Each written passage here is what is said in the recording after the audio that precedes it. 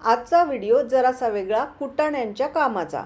माझ्या टेरेस गार्डनमध्ये 2च कुंड्यांमध्ये 1 किलो हळद काढली आहे आम्ही। त्यामुळे आता ह्याचं लोणचं करून झालंय, स्वयंपाकामध्ये वापरून झाली आहे, म्हणून आम्ही याची घरच्या घरी हळद पावडर बनवायची ठरवलंय। ही साधारण 1 किलो हळद आहे। तर ही सगळ्यात पहिले याला कुंडीतनं काढल्यानंतर खूप माती असते, तर ती स्वच्छ धुवून घ्यायची आणि त्याला अशी मुळं असतात, ती मुळं हाताने तोडून टाका किंवा कात्रीने तोडा। आणि मी ही मोजली मुद्दाम, कारण ही 1 किलोच्या आसपास आहे। मला बघायचं होतं की 1 किलोपासून साधारण मी किती हळद बनवू शकते।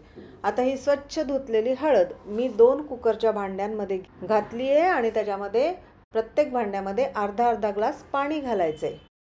आता कुकरमध्ये सुद्धा मी खाली 1 ग्लास पाणी घातलंय आणि ही दोन्ही भांडी त्याच्यात ठेवून मी साधारण 3 शिट्ट्या करून घेतल्यात। मंद आचेवर ह्या शिट्ट्या करायच्या आहेत। आता 3 शिट्ट्या झाल्यावर हळूवार उघडा, नाहीतर तुमच्या हातावर वाफ येईल। विरुद्ध दिशेने ते झाकण उघडायचं आणि बघा आता ही हळद थोडीशी मऊसर झाली आहे, खूप शिजली नाहीये। आता चाळणीवर घालून यातलं सगळं पाणी काढून टाकायचंय आपल्याला आणि हे चांगलं छान थंड होऊ द्यायचंय। आणि थंड झाल्यावर मी याच्या वरची जी स्किन असते ती चाकूनी काढली आहे। मी सोलानं वापरलं नाही आहे, कारण मला असं वाटलं की मी जर सोलानं वापरलं तर खूप हळद वाया जाईल, म्हणून मी चाकूनी खरवडून ही हळद अशी स्वच्छ केली आहे।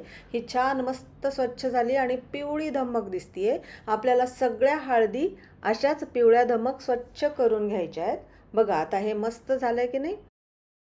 आता या हळदीचे ना मी चाकूनीच बारीक बारीक तुकडे करून घेतले, कारण आपल्याला ही घरच्या घरी वाटायची आहे, तर मग ती वाटायला सोपी जावी म्हणून मी याचे बारीक बारीक तुकडे केलेत। आणि बारीक केलेले तुकडे छान पटकन वाळतील म्हणूनही मी याचे आधीच तुकडे करून घेतले।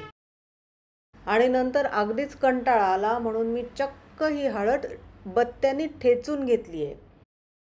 आणि माझ्या घरामध्ये काही वेळ खिडकीमध्ये ऊन येतं, तर तिथे मी ती काही दिवस वाळायला ठेवली।